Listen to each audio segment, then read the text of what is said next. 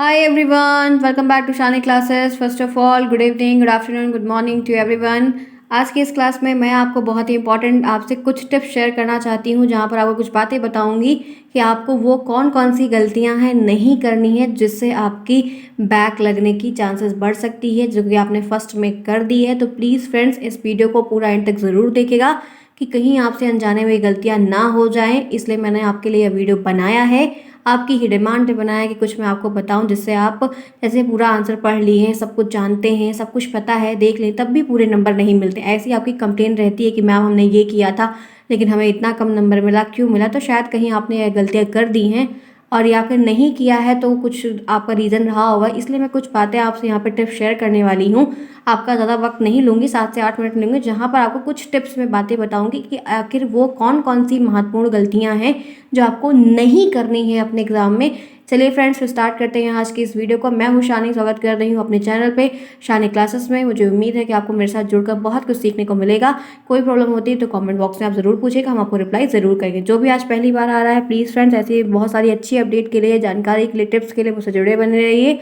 Channel को subscribe करें, Telegram को ज्वाइन करें। टेलीग्राम का लिंक आपको हर एक वीडियो के कमेंट बॉक्स में मिलेगा। यहाँ पर मैं आपके साथ बहुत अच्छी और यूज़फुल चीज़ें शेयर करती हूँ। देखिए, हम क्या टॉपिक बात करने वाले हैं कि कुछ महत्वपूर्ण टिप्स एग्जाम में कॉपी कैसे लिखें और क्या मतलब उस समय हम कौन कौन सी गलतियां कभी भी भूल कर भी ना करें। टिप्स नंबर 1 आपके सामने है। देखिए, कॉपी में जब आप लिख रहे हैं तो कभी भी कुछ भी हो जाए, इतना अवेयरनेस के साथ आपको वहाँ पर कॉपी में रिप्रेजेंटेशन देनी है, अपनी आंसर लिखने हैं अपने, कि आपको वाइटनर का इस्तेमाल नहीं करना है। ध्यान से, वाइटनर का इस्तेमाल आपको बिल्कुल भी कॉपी में नहीं करना है।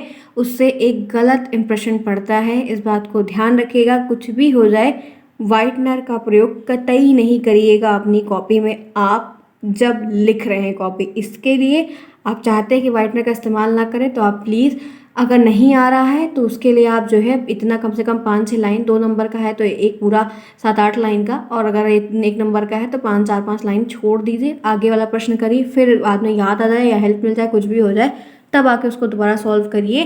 पहले डायरेक्टली मत करिए, वरना आपको वाइटनर लगाने का ज़रूरत पड़ जाएगा। तो पहला टिप्स ये है कि आपको वाइटनर का इस्तेमाल नहीं करना है। क्लियर?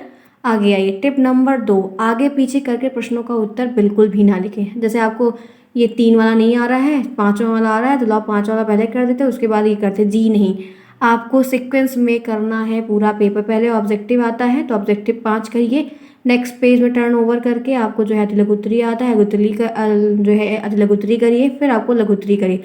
सपोज करिए कि इसमें कोई प्रश्न अगर नहीं आ रहा है इन सब में, तो उसके लिए स्थान छोड़ दीजिए, फिर आके दोबारा वहाँ पर कर दीजिए। वो ज़्यादा बेस्ट है इन कंपैरिजन टू आगे पीछे करके करना। कॉपी फिर ख़राब लगती है, टीचर कंफ्यूज हो जाता है कि पहले कौन सा किया था, यही फिर बाद में कर दिया है। आगे पीछे जब आप करते हैं तो इससे आपका इंप्रेशन ख़राब होता है, टीचर गुस्से में कॉपी काट देता है, फिर चेक भी नहीं करता है। तो जब आपकी ऐसी कोई हरकत वहाँ पर देखने को मिलेगी तो फ्रेंड्स, उससे आपका नुकसान होगा। इसीलिए आप बिल्कुल भी ऐसी कोई गलती भूल से भी मत करिएगा। उत्तर को आगे पीछे करके रिप्रेजेंट करने की कोई ज़रूरत नहीं, सीक्वेंस में हर चीज़ चलती है, सीक्वेंस में करिएगा।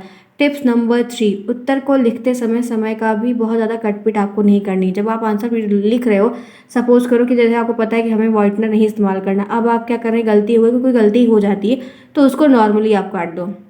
जैसे ये गलती हो गई, समय यहाँ पर कुछ गलत लिख दिया, तो बस ऐसा नॉर्मली एक पेन से, ब्लू से या इसके से बस हल्का सा ऐसे करके आप काट दो, वो समझ में आता है कि हाँ गलती हो गई है। अब इंसान है, गलती हो सकती है, लेकिन अब आप इसको ऐसे ऐसे ऐसे ऐसे गोल गोल एकदम इतना पूरा उसको कलर कर दो, पीछे कभी कभी इसे करते करते पीछे इसमें पेज ही फट जाता है।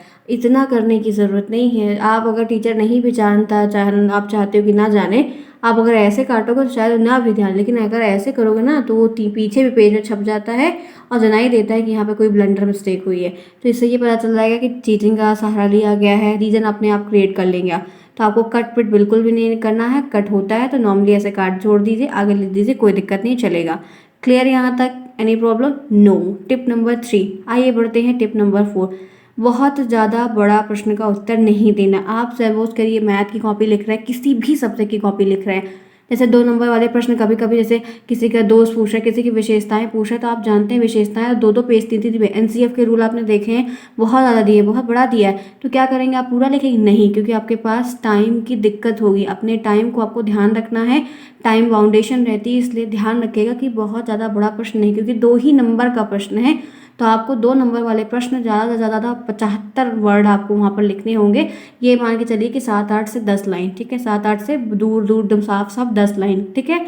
और अब ये 1 नंबर वाले प्रश्न आते हैं तो 5 लाइन 6 लाइन इनफ है, 25 वर्ड 30 वर्ड 35 वर्ड इनफ है, जैसा प्रश्न पूछा। अब छोटी सी संख्या की परिभाषा उदाहरण पूछा गया है तो 1 लाइन की परिभाषा है, 2 उदाहरण है, तो वैसे भी वो 2 ही लाइन में आएगा। तो आपको इस बात को ध्यान रखना है कि अति लघुत्तरी वाले 25 वर्ड मैक्सिमम, ज़्यादा ज़्यादा 30 से 35 कर दो, ठीक है, और ज़्यादा हो तो 45 कर दो आप, क्योंकि लिखने लगोगे तो 45 वर्ड अपने आप हो जाएगा। और लघुत्तरी वाले 75 से 80 वर्ड आप वहाँ पर लिख दीजिए, कोई प्रॉब्लम नहीं, आराम से सब बढ़िया होगा। बस ध्यान यही रखना है कि आपको वहाँ पर उत्तर बड़े नहीं करने, वरना आपका पेपर 40 नंबर वाला जो 50 नंबर का जो पेपर जिसमें 40 क्वेश्चन आएंगे वो छूट जाएगा। फिर आप इस बात को ध्यान रखेंगे कि टाइम को आपको ध्यान रखना है। आगे आइए, टिप नंबर 5, 5वां है कलरफुल पेन का इस्तेमाल बिल्कुल भी नहीं करना है। कौन कौन सी पेन? रेड। कौन कौन सी पेन? ग्रीन। फ्रेंड्स कभी नहीं इस्तेमाल करिएगा, नंबर कट जाएगा, पूरी कॉपी नेगलेक्ट हो जाएगी, इस बात को ध्यान रखिएगा। और एक बहुत बड़ी ये बात ये है कि बहुत कलरफुल स्केच का भी यूज़ नहीं करिएगा, नहीं तो आप पिंक स्केच को इस्तेमाल करने लगें, और जो है वो और जुगनू, हरा, काला, नीला, सिर्फ नीला और काला और तमाम जो कलर के आते हैं, नहीं तो पेन, स्पार्कल पेन का भी कोई इस्तेमाल नहीं करना है, कोई कलरफुल पेन का इस्तेमाल नहीं करना, सिर्फ ब्लू ब्लैक पेन और ब्लू ब्लैक स्केच। इसके ज़्यादा आप अपना दिमाग मत इस्तेमाल करिएगा, वरना आप अच्छे के चक्कर में अपना सब कुछ खराब कर बैठते हैं गलती में। इनका इस्तेमाल नहीं करना है। टिप नंबर 6, कॉपी को लिखते समय समय का भी ध्यान रखना है। एक बात बहुत इंपॉर्टेंट है कि टाइम को ध्यान रखिएगा, नहीं तो आप लिखते ही रहें, आपका टाइम ओवर हो जाए और आधी से ज़्यादा चीज़ें आप और क्वेश्चंस में कर ही ना पाएँ। इसलिए इस टिप्स का भी बहुत ध्यान रखिएगा। एक बात फ्रेंड्स आपको यहाँ पर और बतानी है, ध्यान से सुन लीजिएगा। आपको जब भी कॉपियाँ लिखनी है किसी भी सब्जेक्ट में, तो जो जो गलतियाँ मैंने बताई ये तो आपको किसी भी कीमत पर नहीं करना है। अगर आप बी कॉपी लेते हैं तो अपनी कॉपी को अच्छे से नत्थी भी करिएगा, वरना कॉपी आपकी यहीं पर गिर जाती, क्योंकि कॉपी को ले जाने से पहले वो लोग उसको एक बार हिलाते डुलाते हैं, ठीक है।